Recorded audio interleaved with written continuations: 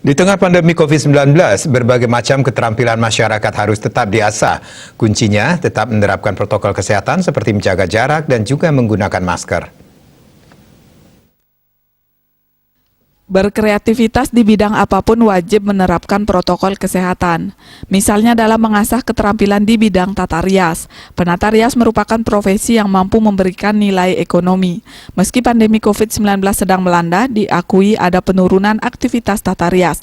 Namun para penata rias tetap berkreasi dan mengedepankan protokol kesehatan.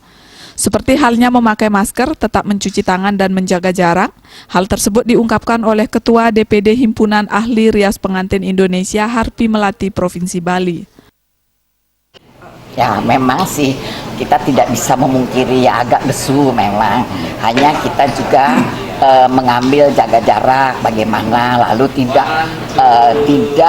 kita sembarang bekerja.